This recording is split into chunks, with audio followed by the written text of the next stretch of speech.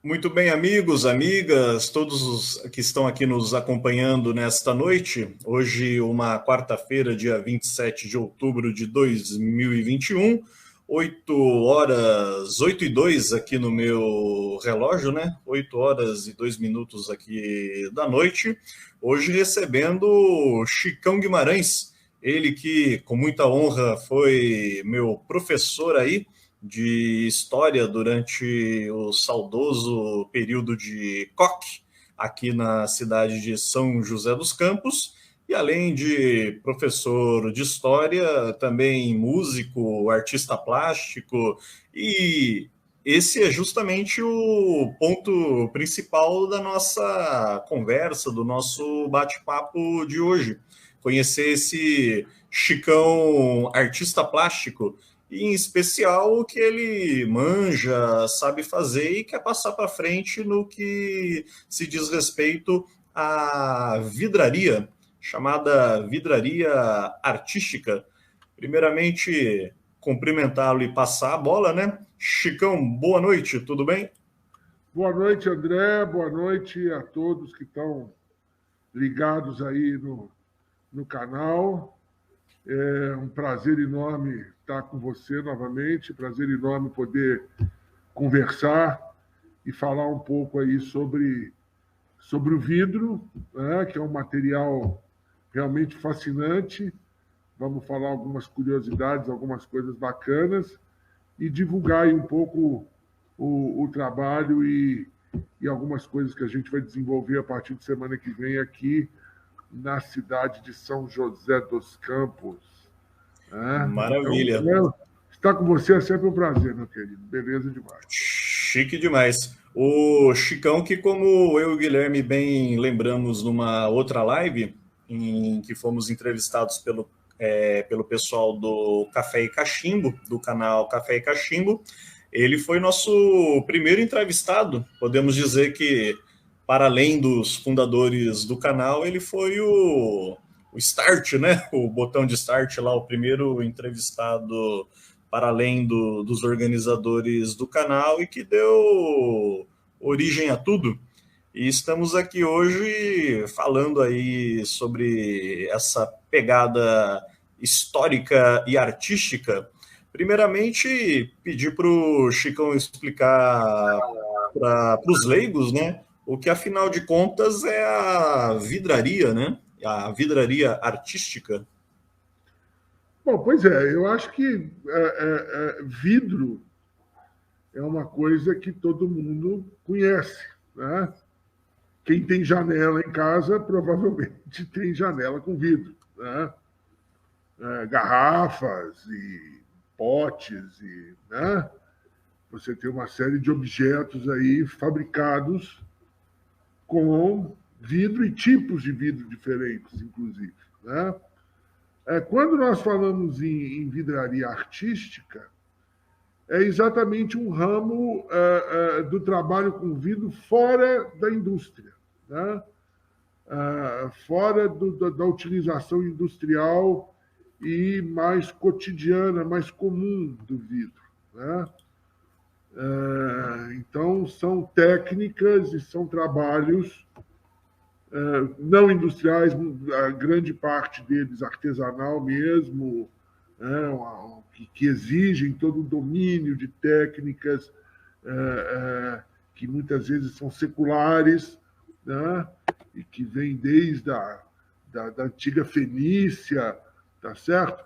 E então você tem aí uma série de técnicas que ao longo do tempo foram sendo desenvolvidas para trabalhar com esse material e que a partir dela aí você pode produzir uma quantidade enorme de, de coisas. Né? Você pode produzir joias, você pode produzir bijuteria, você pode produzir vitrais, você pode produzir vasos, garrafas. Quer dizer, você tem um universo enorme aí de possibilidades para o trabalho com o vidro. Então, uma vidraria artística seria exatamente esse lado aí não industrial, né? Vamos dizer assim, do trabalho com o vidro. Perfeito? Uma pegada mais artesanal, uma pegada mais pois é, o própria artesanal do aí, vidro. pois é, o artesanal aí, não que você, em alguns casos, não precise de um equipamento e de um ferramental bastante sofisticado, né? Daqui a pouco a gente vai falar um pouco sobre isso. Mas geralmente é o trabalho de um artista sozinho, no máximo ali, dependendo do que ele vai fazer, com um ou dois assistentes, né? E ele tendo, obviamente, todo o controle de produção da peça desde o início, desde fazer o vidro, de dar a coloração, a pigmentação, de dar o formato e de dar o acabamento na peça. Quer dizer, é um trabalho, nesse sentido, ele é bem artesanal, sem dúvida nenhuma. Maravilha. E, Chicão, como foi apresentado, né, a músico, artista e professor de história, né, conhecedor de história, você até citou aí os fenícios. O vidro, um elemento bastante curioso, né, diga-se de passagem, como ele foi descoberto? O que é que os historiadores têm aí de consenso, mais ou menos, sobre a descoberta do vidro? Foi por acaso? Ou alguém pensou, vou inventar um negócio aqui, opa, criei vidro, né? Rapaz, você sabe que consenso entre historiadores é a coisa mais difícil que existe no mundo. Depois de quase 40 anos de profissão, ainda estou para descobrir onde existe consenso entre historiadores. Mas, de qualquer forma, existe uma lenda, né? Existe uma lenda que é uma lenda muito bonita, por sinal, de que na antiga Fenícia, hoje seria ali o Líbano, basicamente, né? Que comerciantes nômades que cruzavam os desertos ali entre a Fenícia, o Egito, né? Aquela região ali da Mesopotâmia, né? Que eles, numa noite, sentaram para acampar, para descansar, e fizeram uma fogueira na areia. E no outro dia, na hora que foram embora, perceberam que no meio ali das cinzas do que tinha sido a fogueira tinha uma coisa que eles não conheciam, que era uma placa de um material que parecia joia, que parecia um líquido derretido, e que, dessa forma, o vidro teria sido descoberto, inventado, entre aspas, né, por esse método meio... Desculpa, foi um beiju. Morar na roça tem disso. E de que o vidro teria sido descoberto dessa forma não projetada, totalmente acidental, por esses nômades, por esses comerciantes fenícios. Por que eu digo que é uma lenda bonita, é uma história muito bonita, mas muito pouco provável, né? Porque para você conseguir fundir um vidro, fabricar um vidro, né? Então você precisa de 3 elementos, basicamente. Você precisa de sílica, de cloreto de sódio, de 3 elementos, né? E que você precisa de uma temperatura acima de 1.300, 1.400 graus. Então é muito difícil que uma fogueirinha de um acampamento no meio da noite teria produzido calor suficiente para poder derreter ali os elementos daquela areia, daquela sílica e transformar isso em vidro, né? Então, basicamente, o que a gente imagina é que talvez no processo de fabricação ou de fundição de metais, que já era uma técnica dominada na época porque eles calculam mais ou menos 4.000 antes de Cristo. Então, você já tem ali, né, a idade dos metais, a idade do bronze. Então, ou mesmo que é uma atividade anterior e bem anterior ao vidro, que é na fabricação de cerâmica. Né? Aliás, o trabalho com vidro e o trabalho com cerâmica tem muitas coisas bastante comuns. Né? Então, através desse trabalho com a cerâmica, talvez ali no processo tenha surgido esse novo material, esse novo composto que teria sido o vidro. Né? Agora, o que se sabe e que você tem registro é que, por exemplo, por volta de 1400 a.C., os egípcios sopravam vidro, né? Já faziam objetos de vidro. Existem desenhos e hieróglifos já mostrando os egípcios nessa atividade do sopro de vidro com aquelas canas, né? E eles soprando vidro. Aquele canudão, né? Isso, chama cana aquilo. Né? Cana, isso. E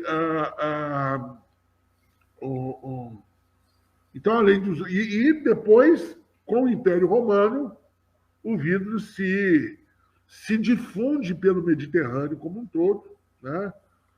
E acaba se popularizando, porque a grande vantagem do vidro é exatamente essa, né? Ele é um material maleável. Então, você pode dar formas, as mais diferentes formas possíveis ao vidro. Então, começaram a fazer jarro, ânfora, garrafa, joia, né? E aquilo começou a circular ali e era uma coisa de valor comercial bastante significativo. Os fenícios foram muito bons comerciantes de vidro na antiguidade. Né? Quando eu estive... a minha formação de trabalho de técnica de vidraria, eu tive na Itália. E estudei lá durante 2 anos. E, por exemplo, tem uma necrópole etrusca do lado de Florença, em que eles acharam uma taça de vidro azul linda. Você vê que é um vidro mais rústico, mais pastoso, não tão translúcido. Mas, então você imagina, os etruscos já conheciam técnicas de trabalho com vidro. Então, realmente é uma coisa que vem da antiguidade mesmo. E com o Império Romano, a divulgação, o que acontece hoje, por exemplo, na Europa, você tem várias regiões que são chamadas regiões vidreiras. Né?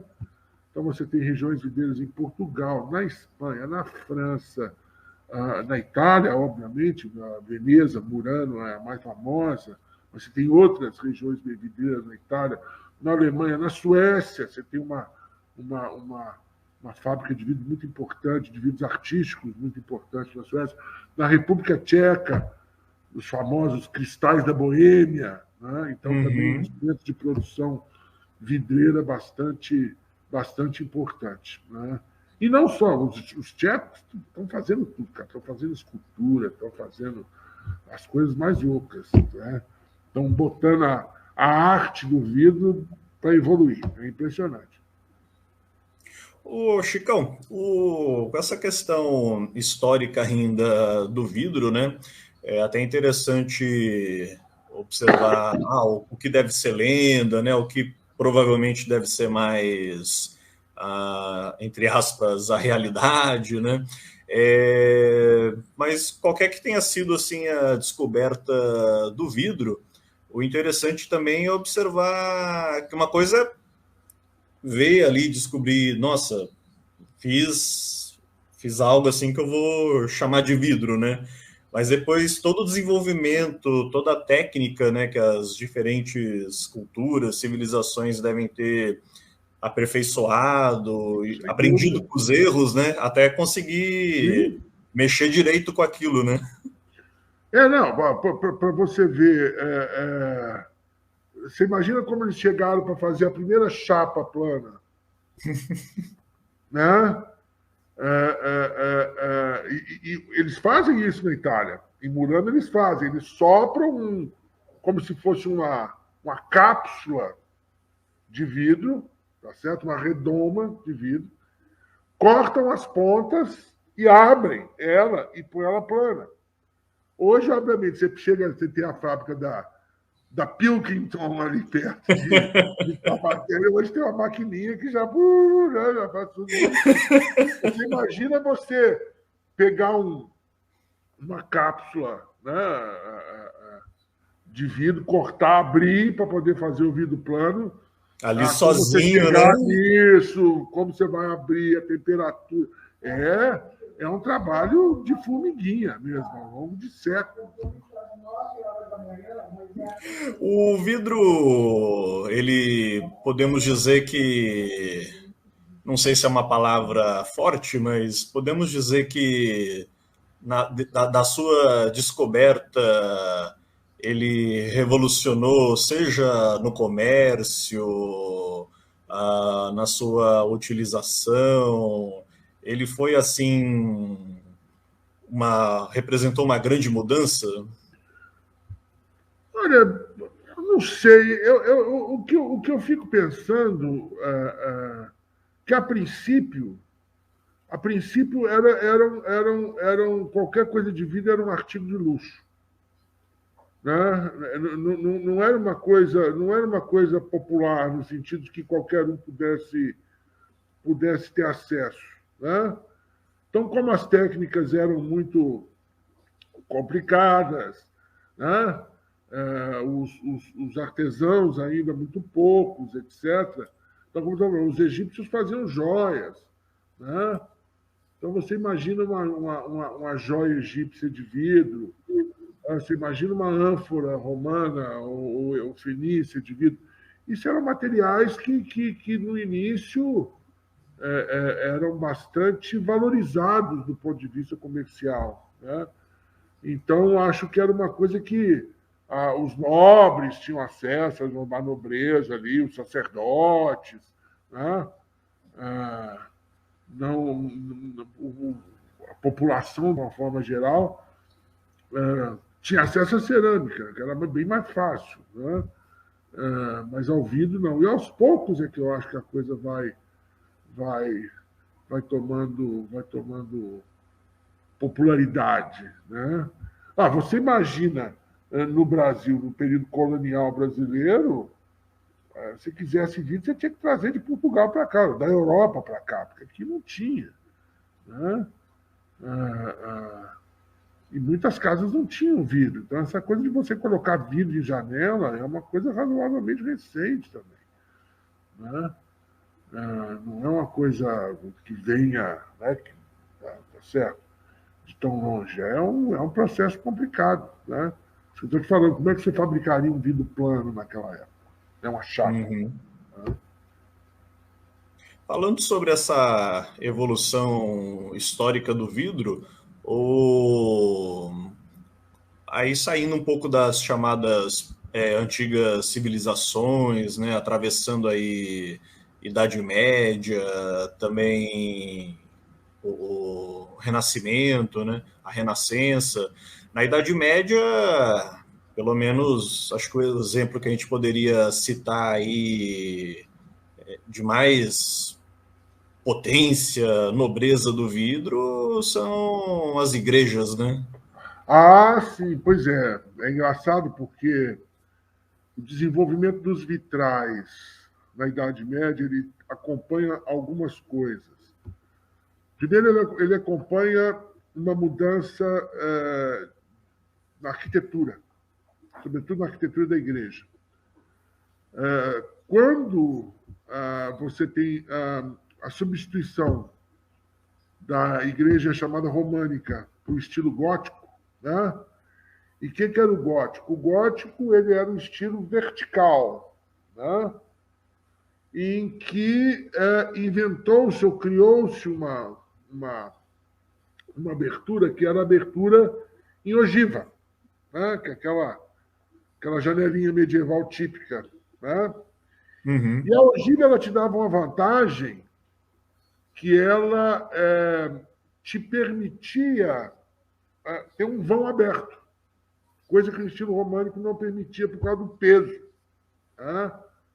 Então, como a arquitetura, por exemplo, você pega as catedrais medievais, você tem elas enormes, grandes, altas, com as ogivas, as janelas compridas. Aí você fala assim, bom, mas como é que aquela parede se sustenta? Porque ela tem uma escora por fora, chamada arcobotante.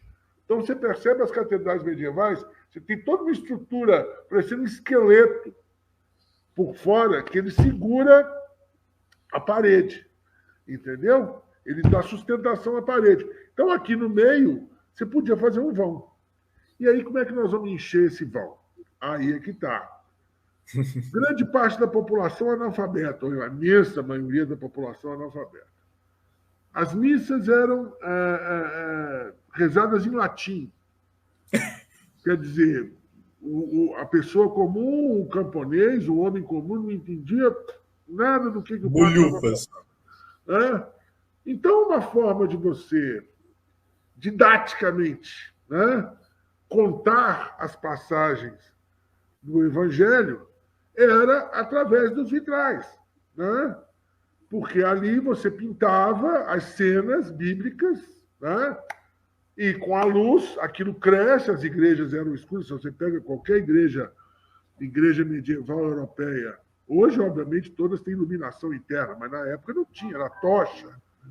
Então eram lugares muito mais lúgubres, muito mais escuros, etc. Medonhos, né? Vinha e atravessava aquele vidro com aquelas imagens, aquilo crescia e a pessoa via e didaticamente tinha uma aula de catecismo ali através dos vitrais. Os temas dos vitrais não são só temas religiosos, apesar de ser. Então, você tem vitrais decorativos, tarará, mas a ideia fundamental era essa. E essa técnica medieval é uma técnica que ainda existe, que muitas igrejas ainda são feitas, os vitrais das igrejas são feitos até hoje, em que você tinha que pintar o vidro, você tinha que fixar a tinta no vidro, depois você vinha, cortava e colocava em umas canaletas de chumbo para montar o painel inteiro e instalar. Também era um trabalho bastante complicado, bastante especializado nesse sentido. Ainda tem muita gente que faz isso até hoje. É uma técnica que ainda se pratica. Se pratica. Basicamente, como era feita, as tintas mudaram, talvez um pouco, são melhores, dá uma translucidade melhor, alguma coisa evoluiu, mas fundamentalmente é a mesma ideia lá das catedrais góticas do período medieval, do final do período medieval. Ainda na pegada histórica do vidro, Chicão, para no nosso, digamos, bloco 2 aqui a gente passar para fazer essa análise mais técnica, né? Ouvir as suas explicações de como se fazer os diversos tipos de vidro, né? Esse processo de pigmentação, né, do vidro. Mas ainda na pegada histórica, saindo aí da Idade Média, no Renascimento, a gente ouve bastante aí dos grandes artistas, né? Mas, pelo menos no que eu conheço, assim, eu não me lembro deles terem feito grandes coisas com relação ao vidro, né? Ao vidro, é verdade. Houve, vamos dizer assim, um abandono do vidro nessa época, ou tinha gente que buscou manter a arte, na verdade, a feitura, né, ela continuou acompanhando, inclusive, um pouco as tendências de cada época, né? Então, você chega lá em Murano, na Itália, né? Então, você tem lá aquelas taças renascentistas. Então, cada época tem seu desenho, barroco, né? Aquilo continuava a ser produzido, né? Sempre foi produzido. Agora, é engraçado, você falou isso, é verdade. São poucos. Eu sei, por exemplo, o Picasso ele teve uma fase de ceramista. ele produziu muita cerâmica. Mas vidro especificamente, eu estou tentando lembrar algum desses grandes pintores aí ou escultores, não me vem nenhuma cabeça, né? Se alguém aí souber, por favor, nos informe ao final do programa. Agora, tem Por uma falar coisa em alguém, só mandar um abraço aqui para o Arthur Alves Pinheiro, que nos acompanham. O Sérgio Salvador também aqui assiste a gente. E quem mais? Fernando Cavalcante. Bom dia aí para todos esses Fernando que nos Cavalcante, eu acompanham. conheço esse. Esse eu conheço. Abraço também para o professor. Obrigado.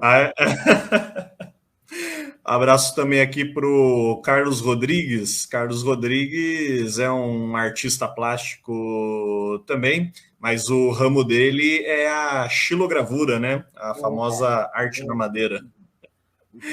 Mas bacana que vocês estão acompanhando aqui o papo sobre a vidraria, né? E vamos que vamos. E aí, só para a gente finalizar a questão histórica do vidro, Chicão, aí passamos aí Renascença, né? Vidro eu acho que a grande industrial, questão... Pilkington, né? Nosso grande exemplo aqui da Dutra. É o impacto da Revolução Industrial na vidraria, né? Porque aí, a partir daí, com a Revolução Industrial, sobretudo no século XIX, né? Final do século XIX, início do século XX, começou a se produzir vidro em padrões diferentes, em cores diferentes, né? Em chapa, né? E talvez o grande artista, né? Grande representante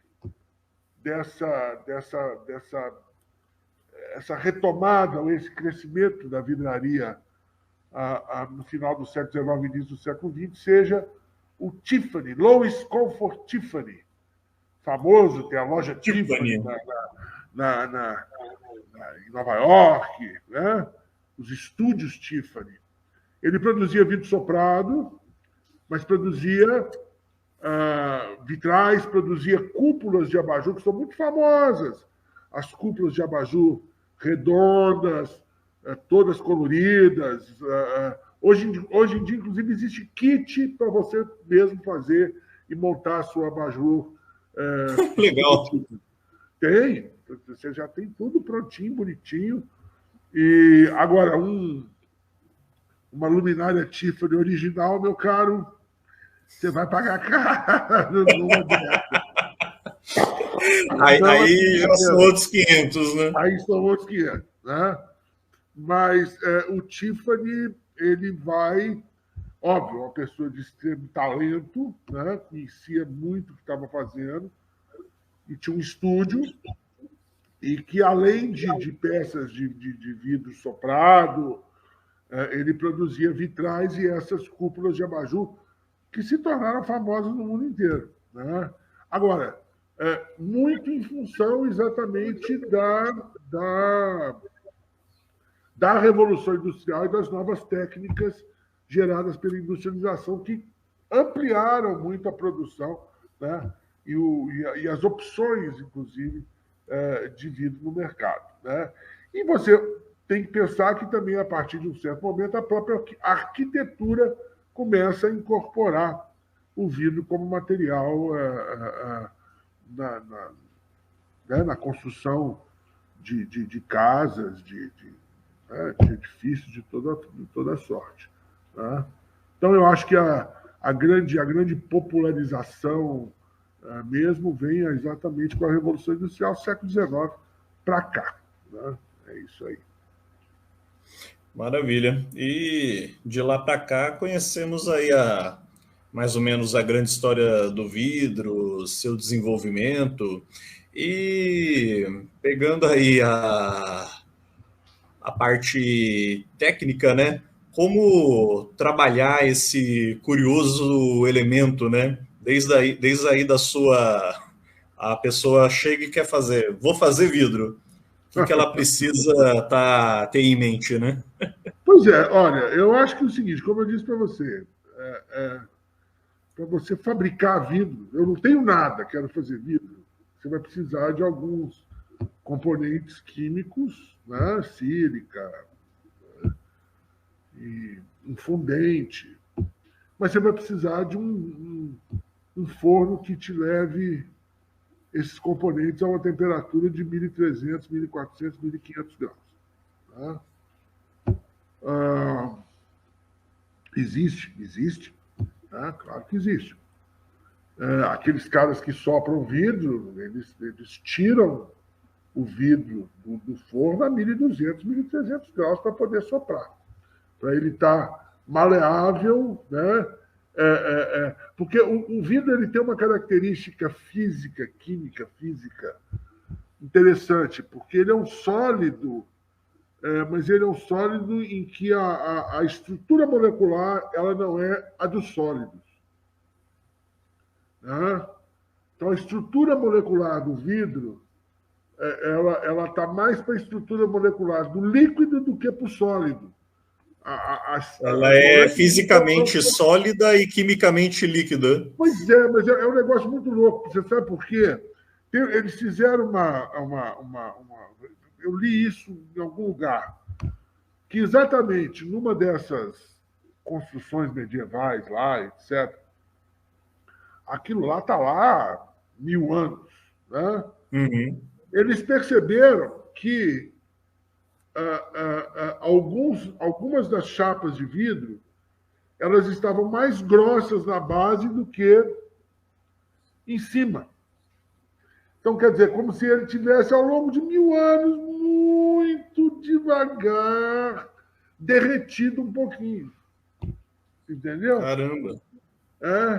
Essa é uma história muito louca. Eu li isso em algum lugar, não sei até que ponto isso corresponde também aonde foi.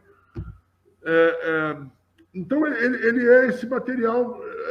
É engraçado, por exemplo, se você pega um vidro a 1.200 graus e deixa ele escorrer, ele não pinga. Como assim não pinga? Ele vai fazer um pingo de vidro, só que ele não vai soltar, ele vai fazer um fio até o final. Ele não vai se romper. É como se uma pessoa suasse e o suor passeasse pelo corpo até chegar no pé. Pensa no leite condensado. Ah, é boa. Mais geladinho, ele na lata, ele vai escorrendo, mas ele não pinga.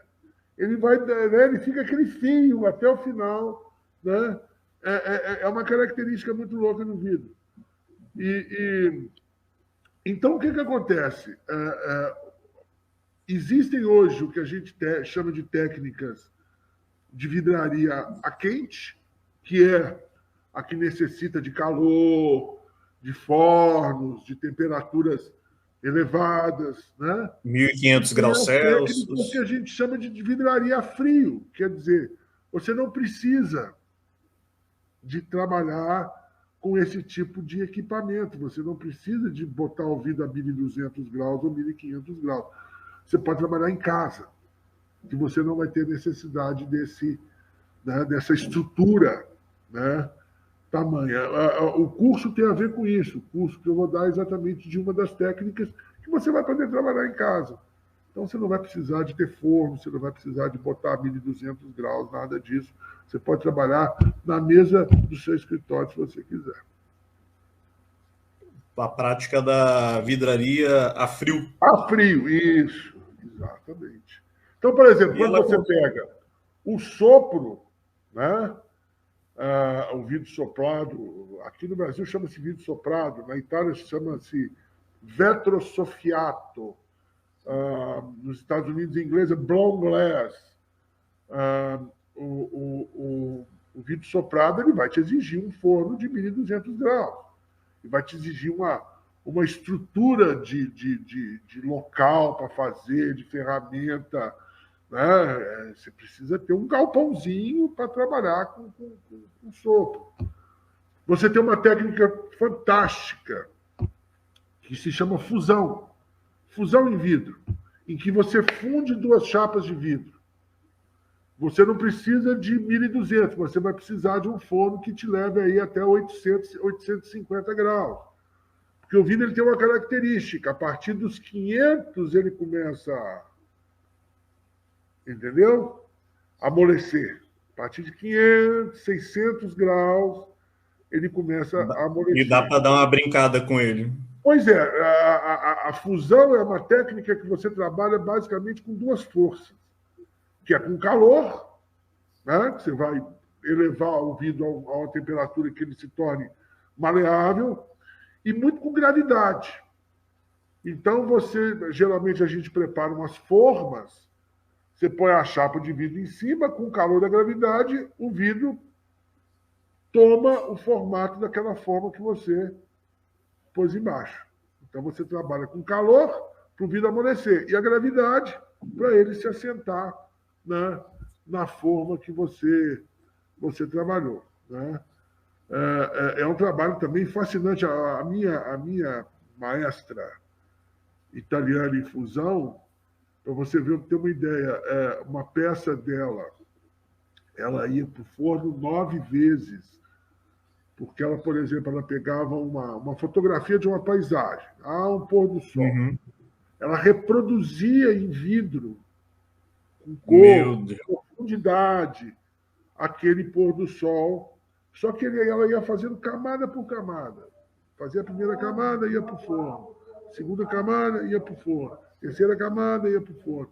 Então, você imagina quantas horas de trabalho minucioso. Né?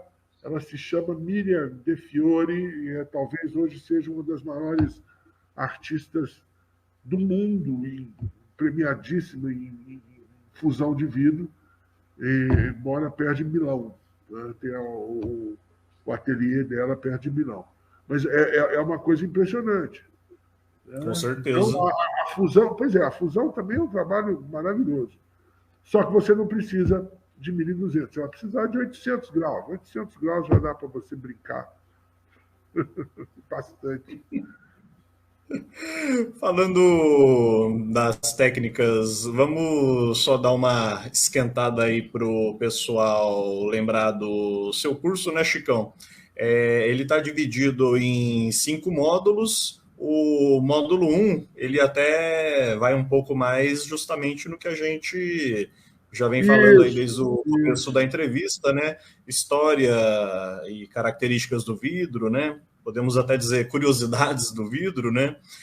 Tipos de vidro, as técnicas, como você falou, vidraria quente, vidraria frio, o vitral tradicional, técnica Tiffany, né? Você falou aí também Que é da essa que a Tiffany. gente vai trabalhar, exatamente. E esse é o que vocês pretendem ensinar no curso, né? Isso já no O, módulo o 2, curso né? é o curso de técnica Tiffany. Ah, você vai achar muita coisa em inglês na internet. Chama-se stained glass, né? Que é vidro a estanho, alguma coisa desse tipo. Né? Pois é, mas o curso é exatamente isso. São 5 módulos. O curso vai acontecer na Galeria Poente, em São José dos Campos, lá no. Putz, depois eu tenho que pegar o endereço. Desculpe. Avenida Anchieta, Opa, 1564, aqui. isso, 1564. Isso, é lá embaixo da Avenida Anchieta, quase lá naquele campo que o pessoal do Hub treina. Que chamam carinhosamente de maconhão, né? Exatamente, eu não ia falar, mas exatamente, é lá perto de Maconhão. Popularizou, né? Não tem Pois jeito. é. Mas sem Mas problema. No perto, Jardim perto Esplanada do aqui. campo de treinamento do rugby, é lá embaixo, Isso, na lá no Vila campo de Anchieta, a treinamento do Galeria Poente, rugby. uma super galeria bacana, tem feito um trabalho maravilhoso de divulgação de arte em São José dos Campos. O Paulo Henrique, que é o proprietário, né? fantástico, trabalhos maravilhosos, a escolha de extremo bom gosto. E na verdade, eu que tive a cara de pau de propor para ele o curso e ele teve a insanidade de topar. Né? Então. Agora topou, né? E são cinco encontros de 3 horas, né, aproximadamente. Aqui, você fala 3 horas, mas não é porque deu 3 horas que eu vou fechar tudo. Né? Um encontro de 3 horas. O vidro está derretendo, acabou. Apaga a luz, acabou. Né? Meu vidro não esfriou, né? Exato. Toca a campainha, não tem mais nada. E vai ser ali na Galeria Poente, sábados. Então começa no primeiro sábado agora de novembro, dia 6, se não me engano. Dia 6, né? Dia 6. 6 de novembro, e vai até o primeiro fim de semana, o primeiro sábado de dezembro.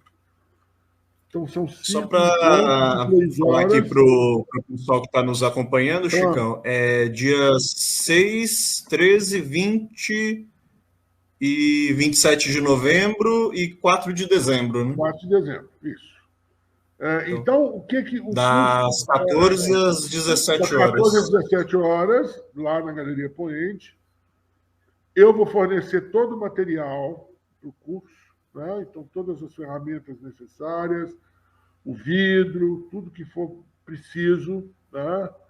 E a gente começa exatamente. É um curso que eu digo que chega até a ser profissionalizante, porque a pessoa vai aprender a técnica e, óbvio, aí cada um depois desenvolve, né, a sua criatividade. E quanto mais, obviamente, você praticar, melhor você vai trabalhar. Então, começa com essa parte, a história do vidro, o que é vidraria fria, o que é vidraria quente, tarará. Aí nós vamos trabalhar o corte do vidro, corte à mão. Né?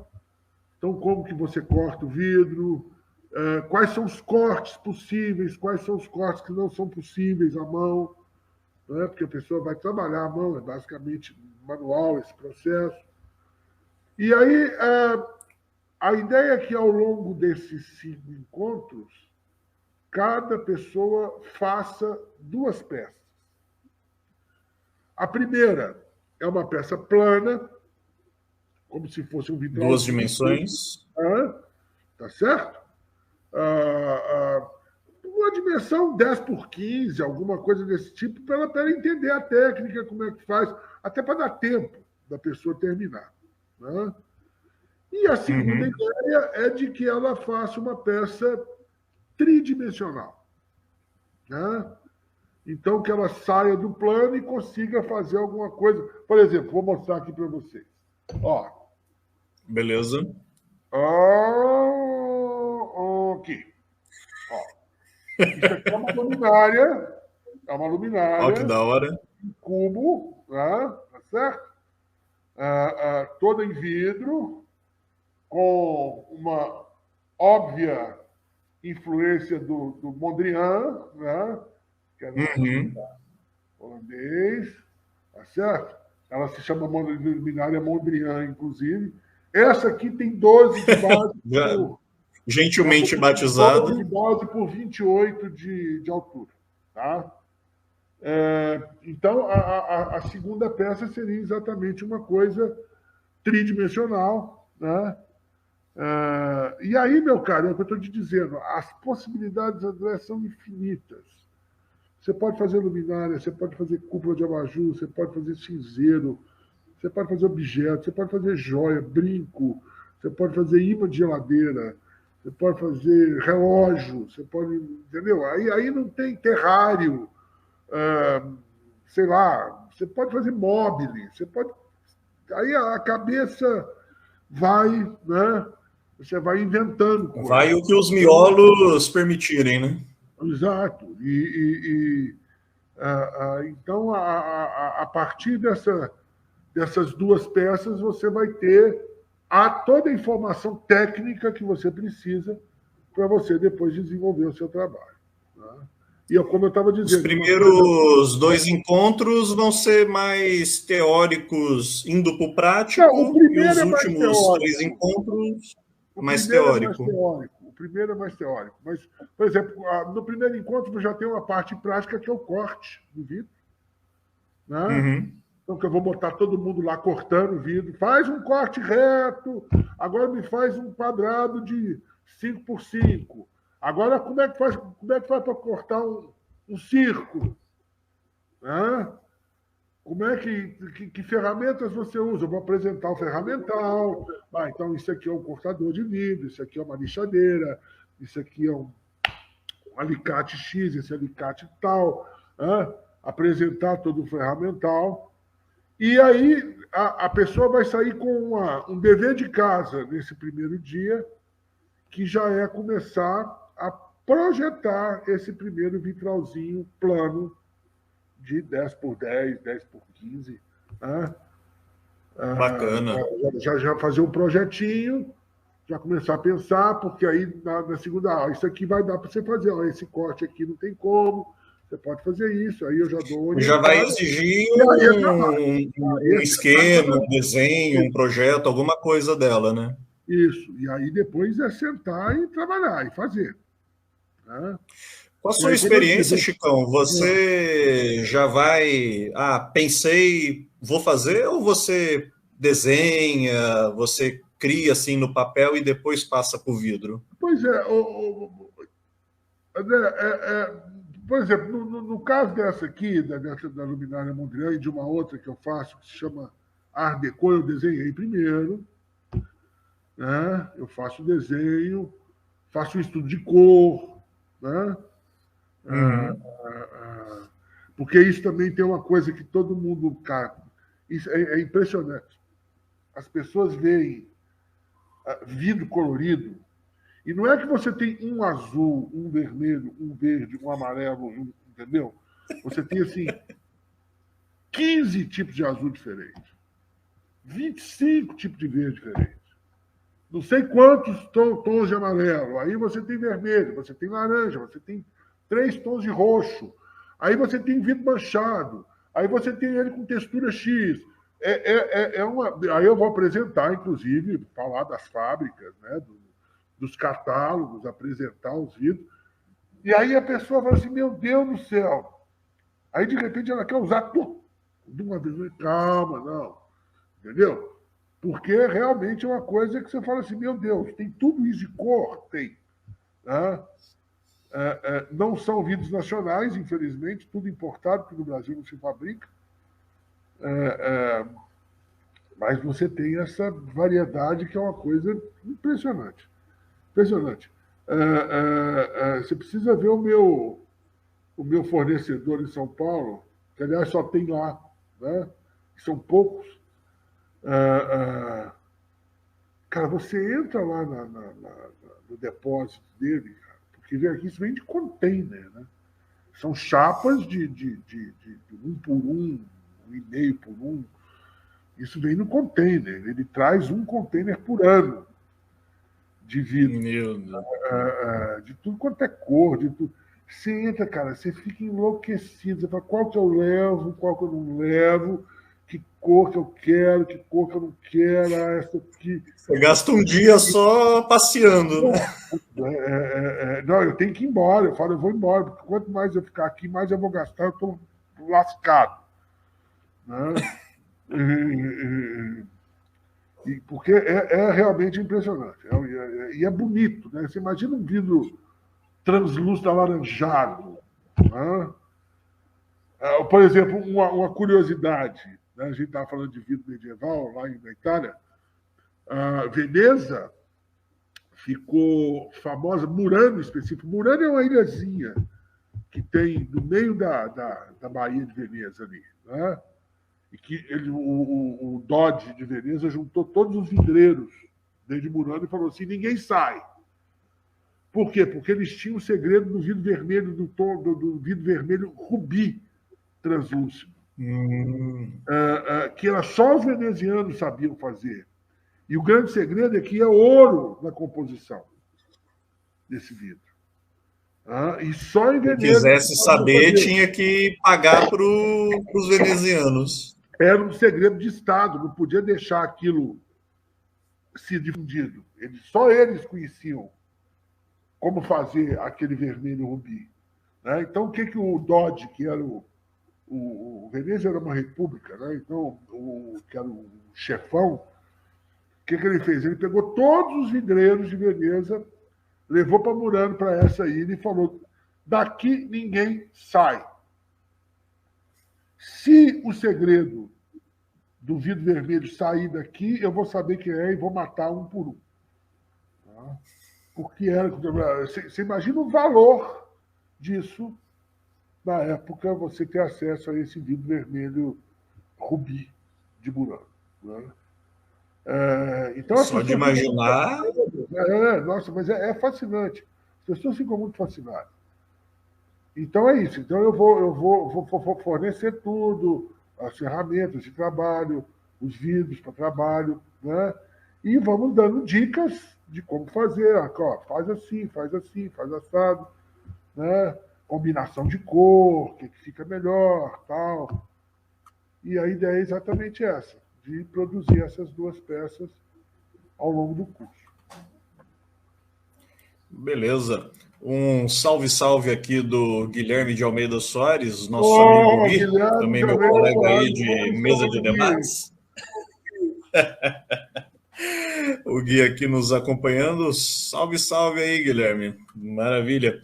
E com todo esse curso bastante robusto, né? Você realmente planejou aí um tremendo curso, né? Tremendas aulas aqui para o pessoal que tiver interesse, quiser fazer. Lembrando então as datas, né? 6, 13, 20 e 27 de novembro e encerrando no dia 4 de dezembro, né? Que como você mesmo falou... um presente de Natal para o seu amado ou sua amada, faça você mesmo um objeto de vidro para ele. Vai dar tempo de você terminar antes das festividades natalinas, não é isso? Maravilha. Galeria Poente, Avenida Anchieta, 1564, no Jardim Esplanada. Para falar com alguém, entrar em contato... O Henrique, né? Isso. Passaram aqui o número código 12, né? Você que é do Vale do Paraíba ou é de fora, código 12 aqui, 991244992. É o que está no seu registro aqui. Exatamente. É isso aí. Maravilha. Eu ia te falar uma outra Chicão, para a pessoa que quer enveredar nessa área, né? A pessoa fala, olha, eu manjo aí de artes plásticas, ou manjo muito pouco, mas tenho até lá o meu trabalho, mas quero aprender a fazer vidro e, se possível, comercializar a minha arte. Como que tá A gente sabe que o mar não tá para peixe aí para muita gente, né? Mas como que tá o cenário para o artista que lida com essa tradição? No Brasil, pelo menos, né? Pois André, eu trabalho com vidraria desde 2000. Então já vão aí para 22 anos, 21, 22 anos. Né? Eu estava na Itália entre 1999 e 2000, estudei as técnicas lá, com várias técnicas com vários professores, e vim morar aqui em São Francisco Xavier, montei um ateliê e comecei a trabalhar aqui fazendo basicamente duas coisas. Eu trabalhava com Tiffany e também com a fusão. Então, eu tinha um forno, chegava a 850 graus e fazia peças em fusão, basicamente peças utilitárias. Então, eu fazia pratos, fazia bandejas, fazia... fruteiras, peças mais utilitárias, e fazia coisas em Tiffany, né? Porta-retrato, por exemplo, e vendia aqui mesmo a São Francisco vem se tornando uma cidade turística, né, nos últimos tempos. Então, tinha ali um movimento das pessoas que vinham, passar um fim de semana em São Francisco, e estava sempre ali, de um fim de semana, o ateliê virava meio uma lojinha, né, do trabalho, que era, na verdade, uma parte do ateliê era de vidraria, a outra parte era de cerâmica. Né? Só que o ateliê não tem mais, acabou. Então, eu trabalho hoje em casa, né, e, querendo ou não, né, o André, primeiro, hoje, internet é um canal fundamental de divulgação do trabalho. Né? Com Então, via certeza. Facebook, via Instagram, né? Então, eu faço parte de alguns grupos dessas redes sociais aí, em que eu divulgo meu trabalho e vou garimpando clientes, garimpando pedidos, né? Não parei de dar aula, continuo sendo professor, né? E agora, a pandemia realmente foi um baque geral para todo mundo, né? A pandemia teve um efeito bastante significativo, sobretudo, eu acho que no mercado da arte, porque, querendo ou não, né, meu querido, quem consome a arte é um público reduzido, quem consome objetos de decoração, né? É um público reduzido. E mesmo esse público, né, teve problemas econômicos sérios aí, enfrentou problemas de desemprego, de demissão, de redução de salário. Né? Então, quer dizer, houve realmente uma retração bastante significativa. Então, por exemplo, que eu estou falando que o Paulo Henrique da Poente ele foi insano o suficiente para topar o curso, é a primeira atividade presencial que ele está fazendo desde o início da pandemia. Olha só. Então, a gente está apostando aí, está retomando. Pós-pandemia, você está inaugurando, pode-se dizer, né? Entendeu? Então, vamos ver como é que vai ser, vamos testar, vamos ver, né? Vamos ver como é que isso acontece. No curso, Chicão. Trabalhar com arte no Brasil sempre foi osso. Uhum. Né? Nós não somos um país que cultiva a arte, que valoriza a arte. Né? Historicamente, né? Né? E a arte sempre foi uma coisa muito, muito restrita a um pequeno grupo, né, de endinheirados que tinha condição de consumir a arte, né, continua sendo, querendo ou não. Né? Então, a ideia é que, a partir daí, a gente consiga, né, através de eventos como esse, que você divulgue mais a vidraria, que mais pessoas. E aí tem isso, deixa eu colocar uma coisa que eu acho muito importante. Porque a pessoa fala assim, pô, mas esse cara vai dar um curso, ele não vai ensinar tudo o que ele sabe, porque ele vai ensinar o concorrente, né? Ele vai estar colocando concorrente, já não está fácil, ele ainda vai ficar dando informação para criar concorrência. Tem uma coisa que eu aprendi, que é o seguinte, cada um tem o seu trabalho. Cada um tem o seu trabalho. E eu não omito informação nenhuma. Né? Então, eu vou ensinar o que eu sei. Né? Eu vou dar as informações que eu tenho. Então, por exemplo, quando eu estou te falando, os fornecedores. Os fornecedores são poucos. Eu conheço 2 ou 3 no máximo em São Paulo. Aqui no Vale do Paraíba não existe. Né? E vou te dar o endereço, o telefone, o nome das pessoas. Vai lá, tá certo? Você tem 2 ou 3, você vai e vê, e negocia e compra ou não daquilo que você achar melhor. Né? E cada um vai fazer o seu trabalho. É engraçado isso, porque assim, Eu conheci algumas pessoas que trabalhavam com a técnica Tiffany. Eu nunca vi ninguém fazendo duas coisas iguais, um ao outro. Entendeu? Eu vou copiar tal pessoa, eu vou fazer igual. Né? Então você tem aí uma série de possibilidades. Te dou até sites da internet. Ó, procura aí, ó, tem um monte de ideia. Tem um monte de ideia. A partir dessas ideias aí, você pode criar outras, a partir de. Entendeu? E deixa para o consumidor escolher, né? E a pessoa faz aquilo que ela quiser, que ela gostar, que ela der conta, entendeu? Ah, eu vou me especializar em fazer porta-retrato. Ah, eu vou me especializar em fazer cinzeiro. Fique à vontade. Né? Ah, eu vou me especializar, sei lá, em fazer bijuteria ou imã de geladeira. Pode, vai lá. Corre atrás e você vai achar. Compra os imãs separados. Isso você tudo compra separado hoje.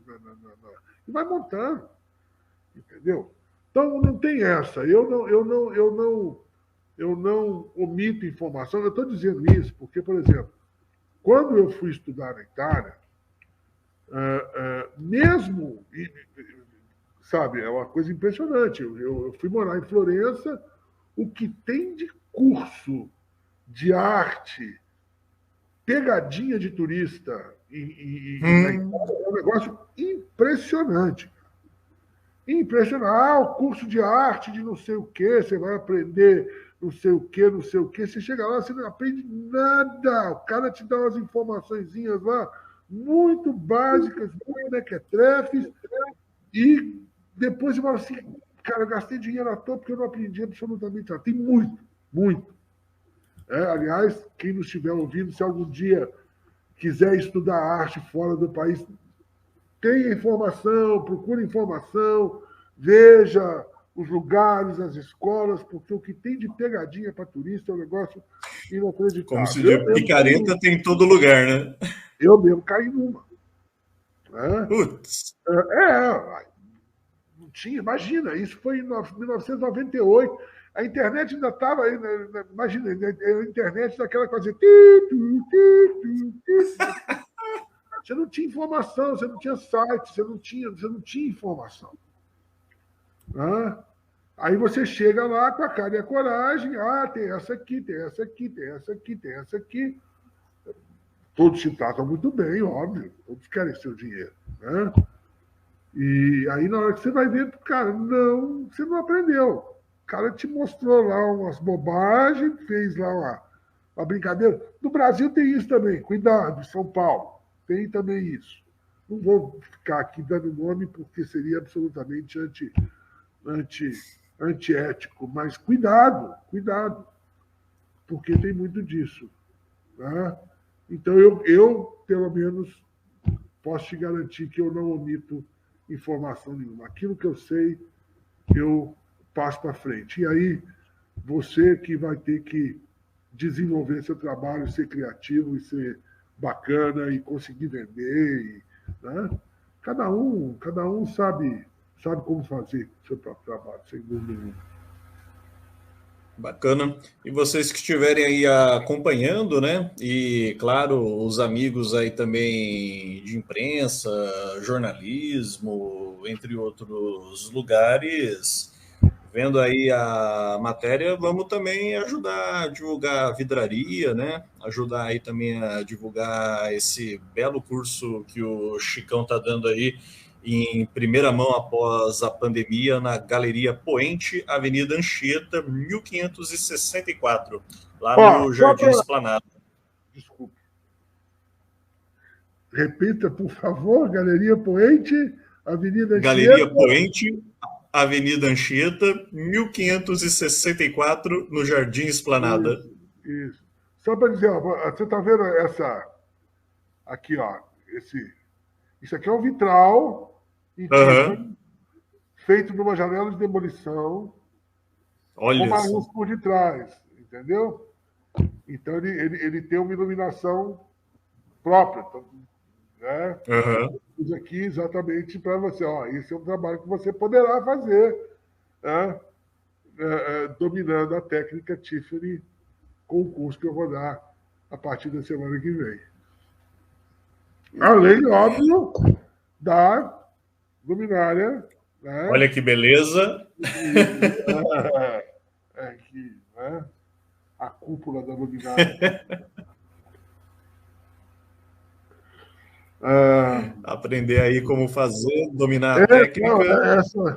É muito bacana. Cara, porque no final das contas é uma terapia. Você fica ali. O que é bacana dessa técnica é que é o seguinte, óbvio, se você quiser trabalhar, você vai ter que investir uma graninha nos equipamentos, nas ferramentas, etc. Né? Não tem como. Né? Mas não é nada absurdo, não é nada que você vai precisar de $1 milhão para construir uma estrutura. Você vai poder trabalhar em casa. Eu trabalho em casa. Você pode trabalhar na mesa do seu escritório, no canto do seu quarto, dependendo do que você aí mesmo no conforto da oficina. Não, entendeu? Então, assim, numa mesa comum de escritório, óbvio, eu vou fazer uma coisa pequena. Se você for fazer um vitral de 2x2, você vai precisar de um espaço maior. Mas para trabalhar coisas menores, luminárias, caixinha de vela, entendeu? Brinco, bijuteria, etc, etc. Você pode trabalhar dentro de casa, no seu escritório, no seu quarto. Você não vai precisar de nada absurdo em termos de equipamento. Vai precisar de fazer um investimentozinho, óbvio, né? Para ter o material, para ter ferramentas, para comprar o vidro, e etc. Né? E depois é isso. Hoje em dia, meu caro, não tem jeito, a gente não tem como escapar da internet. Né? E até mais fácil, que você entra diretamente com o comprador, com aquele que quer. Né? Outra experiência que eu posso te dizer, que eu tive muito em São Paulo, isso, quando eu cheguei, as lojas de decoração, todas achavam, que lindo, que lindo, que lindo, mas ninguém comprava a sua peça. Todos queriam que você deixasse por consignação. Deixa aí se vender. Pô, puta sacanagem com o artista. O cara ali gastou. Deixa aí se vender. Né? Então, esse é um outro problema. Se vender, tchau. Pois é, mas entende aí? Só que o cara não vai ter muito interesse em vender. A sua peça está lá decorando a loja dele, está lá de graça, ele não está gastando nada, entendeu? Se ele comprasse, fala, não, então tá, eu estou comprando a sua peça e vou revender, eu preciso vender essa peça aqui porque eu já empatei uma grana nela, né? Eu preciso lucrar, porque afinal de contas eu já investi o dinheiro.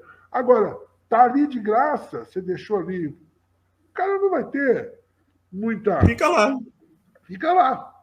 Cara, para você ter uma ideia, uma vez, perderam uma peça minha dentro da loja do Museu de Arte Moderna do Ibirapuera. Perderam, a peça sumiu. Eu fui lá pegar, tinha deixado, não, deixa aí por consignação. Eu falei, bom, a loja do Museu de Arte Moderna me interessa, né? Ter peça minha aqui, etc, etc. Daria uns 3 meses, eu fui lá de volta. Você quer saber da peça aqui que eu deixei? Que peça você deixou? Eu falei, não, a peça aqui, ó, o recibo de você. A mulher, não sei onde está. Sumiu, cara. A peça desapareceu. Ela só foram achar 2 meses depois. Então, para você ver, se o cara não compra, se é por consignação, ele não vai ter o menor interesse, sabe? Tá lá já, o cara deixou aí. Né? Que é uma puta sacanagem. Eu acho que os artistas que estão me ouvindo sabem muito bem do que eu estou falando. Já sentiram na pele aí. Sim. Prestigia o cara, prestigia o artista, compra a peça dele. Se você tem um negócio, compra a peça dele e depois você revende. Você deixar o artista na sua mão e, sabe, se vender aí eu te dou a grana, é de lascar. Né? Dose. E falando em investimento, Chicão, para os 10 primeiros que ligarem, ganha o curso gratuito, não? Opa! Quem dera eu Calma pudesse aí, fazer gente, isso. brincadeira, calma. Infelizmente, ainda não É, podemos fazer isso. O curso é o seguinte: o curso ele tem um valor de R$ 1.200. Como se diz, são cinco sessões de 3 horas. Né? Então, em teoria, cada hora de curso sairia aí a mais ou menos R$ 80. Né? Que é o preço de uma aula de ensino médio particular, né? Certo? E olhe lá.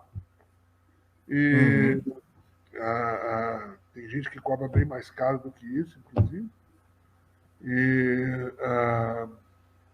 e a grande vantagem é que você pode aí dividir esse valor em 3 vezes no seu belíssimo cartão Platinum Plus. Uou. Gold Plus Top Plus. Blaster. Blaster. Né? Então, com o seu cartão Platinum Gold Plus Blaster Top, você pode dividir em 3 vezes, né? E aí já não pesa tanto, né? Já dá uma equilibrada, tá certo? 3 bagatelas de R$ 400, R$ 400. né? Para um curso Paga que esse belo garanto para curso aí. você, garanto para você que você vai curtir, é, você vai tomar contato com um universo sensacional, maravilhoso, que é esse universo da livraria. Eu acho que, inclusive, é o seguinte, para quem tem uma perspectiva até de se aprofundar na vidraria, o caminho de entrada é o Tiffany. É a técnica mais simples, é a frio, é a coisa que você não vai gastar tanto material, tanto equipamento, que você pode trabalhar em casa. E a partir daí, você vai tomando contato. Eu vou apresentar um pouco das outras técnicas, vou falar um pouco das outras técnicas, e depois você pode procurar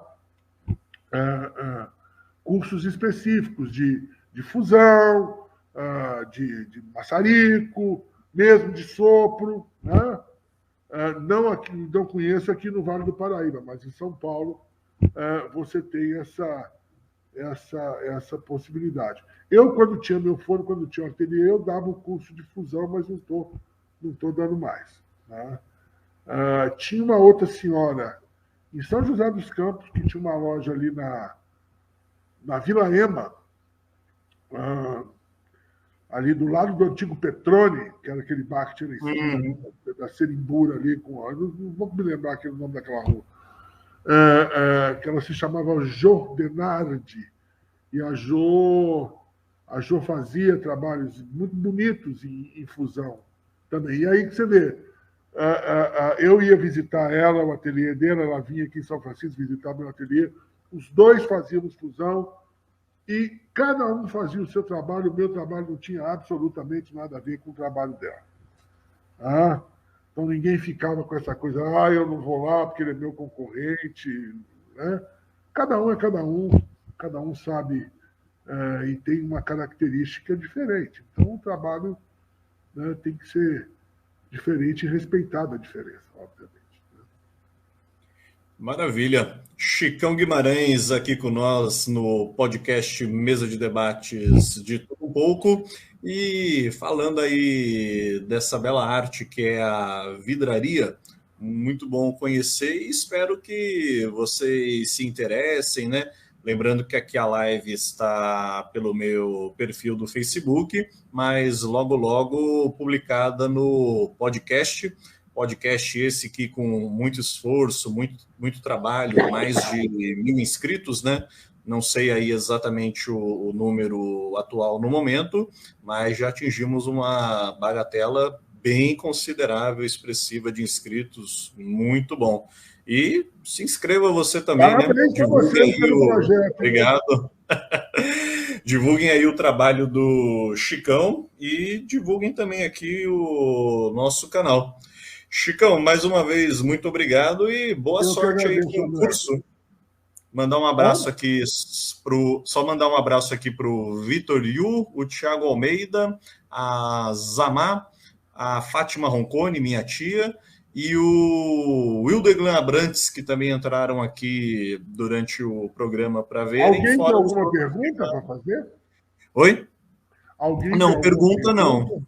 Pergunta não. Pergunta não. De pergunta aqui o pessoal não mandou. É que você explicou bem. Mas aí acho que o pessoal... anos de sala de aula, meu querido.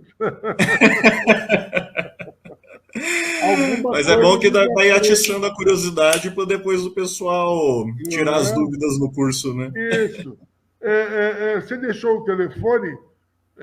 Quem quiser dar uma conversada com o Paulo Henrique, ou então entra na Galeria Poente, São José dos Campos, conversa com o Paulo Henrique e acerta tudo com ele lá. E aí, sábado que vem, estaremos na Galeria Poente dando início aí a esse curso bacana. Maravilha. Quem tiver as curiosidades, né, o flyer que o Chicão me enviou antes da entrevista, eu vou publicar aqui nos comentários também, então não tem erro, vocês encontram aí sem problemas para entrar em contato, tirar qualquer dúvida. É isso então, né? Eu acho que é. Mais alguma coisa que você queira saber? Só agradecer mesmo aí, Chicão, agradecer toda a turma e, apesar de já ter dito, né, boa sorte aí com o curso. Beleza, meu querido, eu é que agradeço, né, a todos aí os ouvintes e espectadores. Como é que fala hoje? Né, telespectadores de televisão, é espectador mesmo, né? Pode ser espectadores ou telespectadores, né? É porque apesar de falar para televisão, se for pegar na origem da palavra, dá na mesma, né? Que é um né? Longe espectador, né? Isso. Dá na mesma. Então, a todos que estão aí acompanharam a entrevista, espero ter, pelo menos, dado uma introdução aí do que é o vidro, do mundo do vidro, na verdade, que é um mundo fascinante.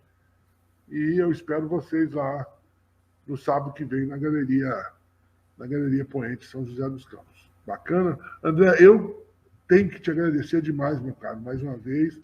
É um prazer, é uma honra estar aqui. E mando um abraço para o Guilherme. Guilherme, se você estiver ouvindo aí, vai um abraço direto, não precisa passar. Guilherme perguntou aqui, quando vamos beber, Chicão? Eu não estou podendo beber. A gente queria matar a saudade do Pangeia. Eu tô sem consumo de álcool. Só vou poder beber agora no Natal. Tranquilo. Tá perto, tá perto. Matar a saudade do Pangeia aí, né? Isso. Mas veio, tá bacana aqui. São Francisco mudou muito durante a pandemia também. Olha só. Vamos dar um pulo aí, com certeza. Agradecer aí a todos que nos acompanharam. Uma boa noite e compartilhem aí o programa, a entrevista. Vamos falar mais aí sobre a vidraria artística. Abraço a todos. Obrigado. Um abraço a todos. Boa noite. Até lá. Até lá.